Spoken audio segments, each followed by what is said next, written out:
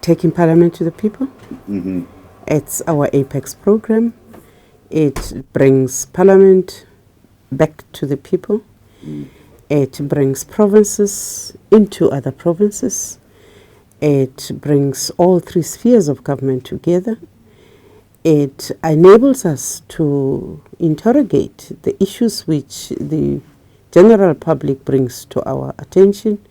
It helps Parliament to follow up on its constitutional mandate, which is to hold the executive to account.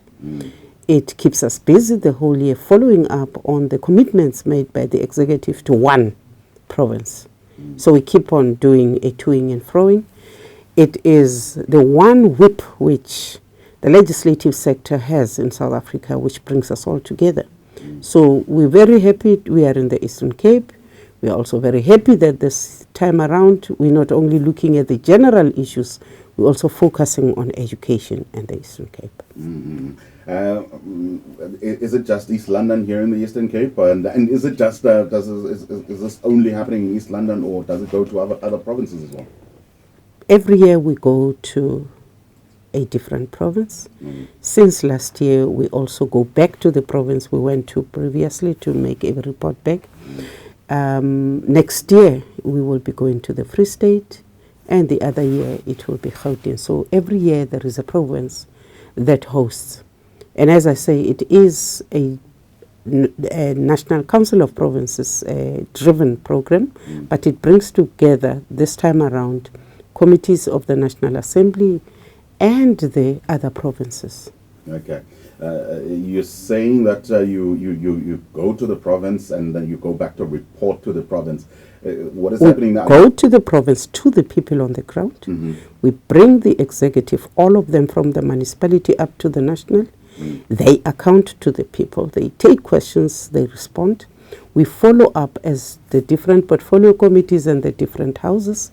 We then come back to the people again for a report back. So so this is the stage where you're actually taking complaints and whatever from people. Yes. And then at a later stage you will come back. We will come back to the people to report back on all the issues which on Friday, hopefully starting from today, we've had some deputy ministers which were making commitments, which were also reporting and explaining things away, as well as the provincial MECs and the municipalities.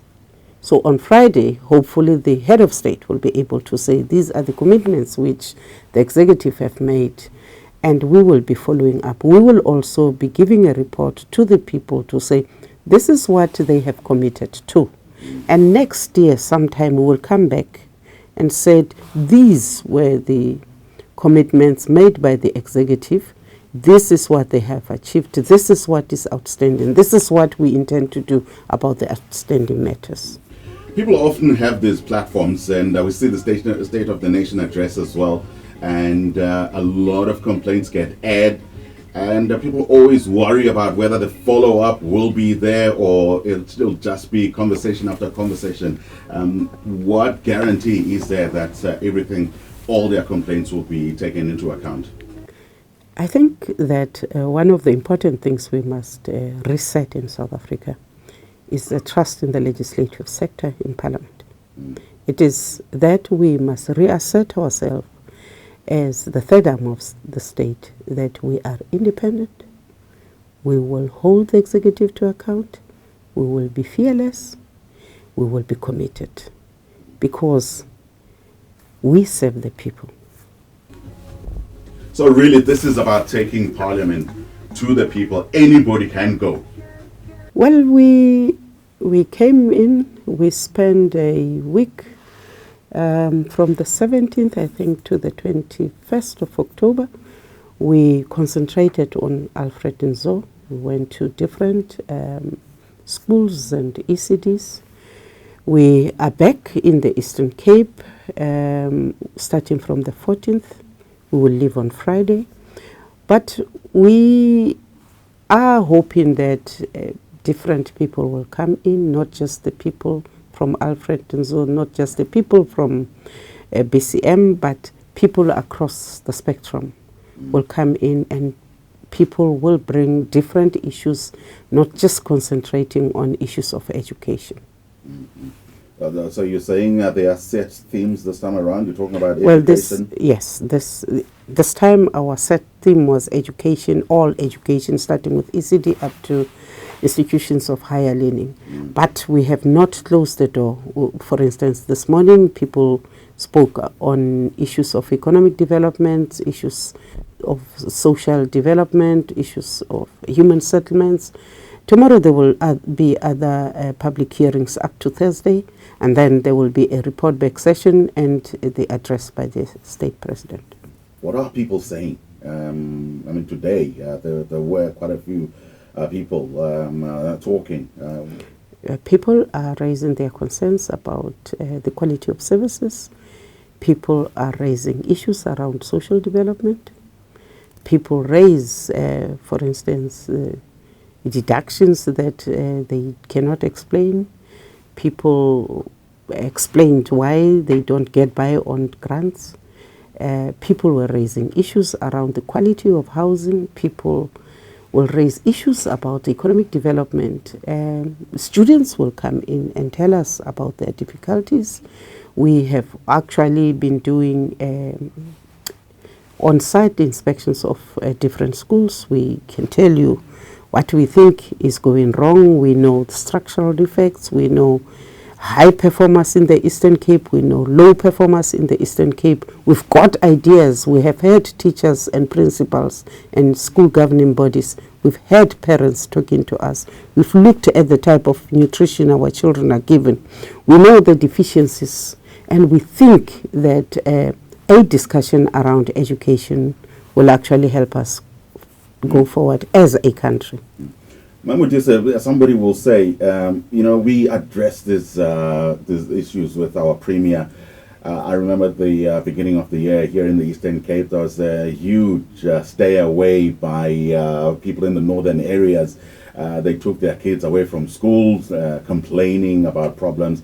And now people will say, what is it that you are going to do that those people cannot do, because they've got power, they've got money maybe to solve these issues.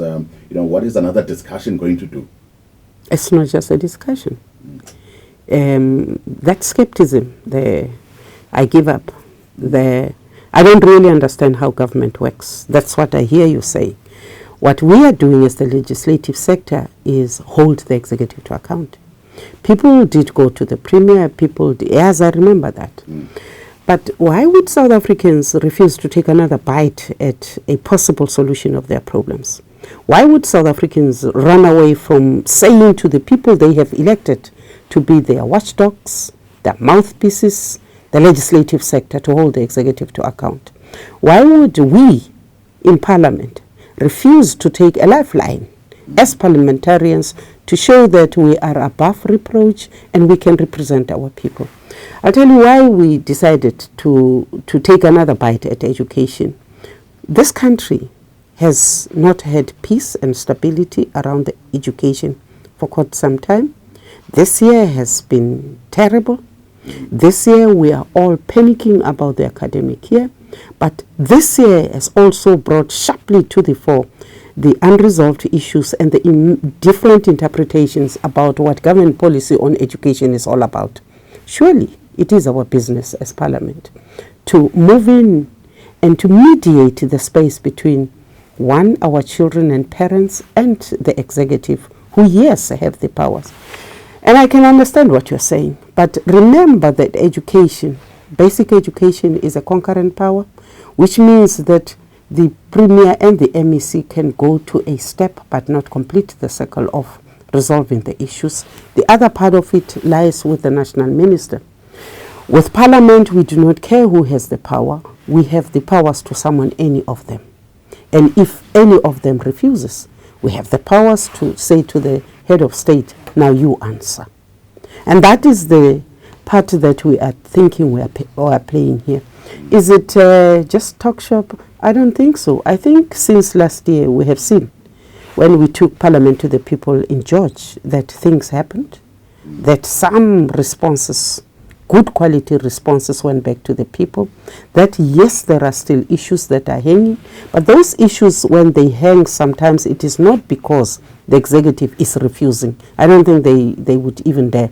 It is sometimes because some of the things that must be unblocked are budget related, and therefore you must wait for certain budget cycles to come in. Sometimes issues that come up are policy related, which we have to prick people to go back to revising and to correct before they can implement. And that is why sometimes there is a lack.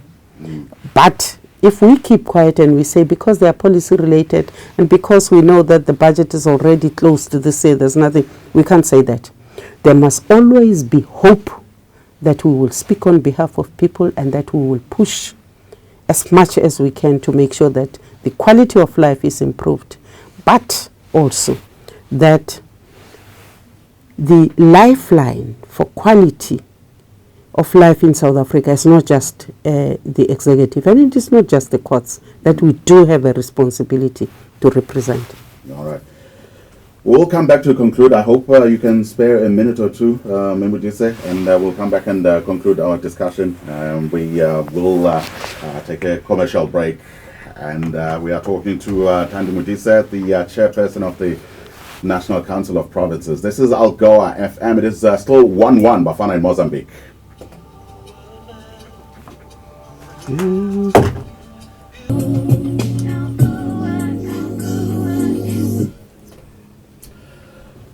So it is Algoa FM, and we still have Modise in the studio. Now, just to sum it up, anybody that is listening, interested, lives in East London, maybe has a bit of time tomorrow, welcome to go and pop in at Abbotsford and be part of the proceedings. Yes, the public is welcome. No problem is big, no problem is small. We are all ears. Where we can't entertain, we also tell people. The whole exercise is also to do what we are told to do. Promote participatory democracy, educate, but also get educated about what our electorate is all about. You can actually take your street problem if yes, that is what yes. That's why any problem. We must also remember that the National Council of Provinces has a petitions committee. So some matters which are outside government are referred to there. Even if they are within government, the petitions committee has a lot of work, but it never chucks any matter which the public brings to it. So it's at Abbotsford. And some of the high-level people we can expect to see this week? We're expecting to see executives from municipalities, MECs from different provinces. Some are already here, MECs from the Eastern Cape, deputy ministers, and the president will be in the House on Friday. So everybody who actually handles your problem will be here? Should be here. Okay. That is the voice of Thandi Modise. You've seen her in Parliament, sometimes acting as Speaker, and making sure that there is order in the House. And she was here. It was a pleasure having you. Thank you very much. Thanks to your listeners. And good luck for the rest of the week.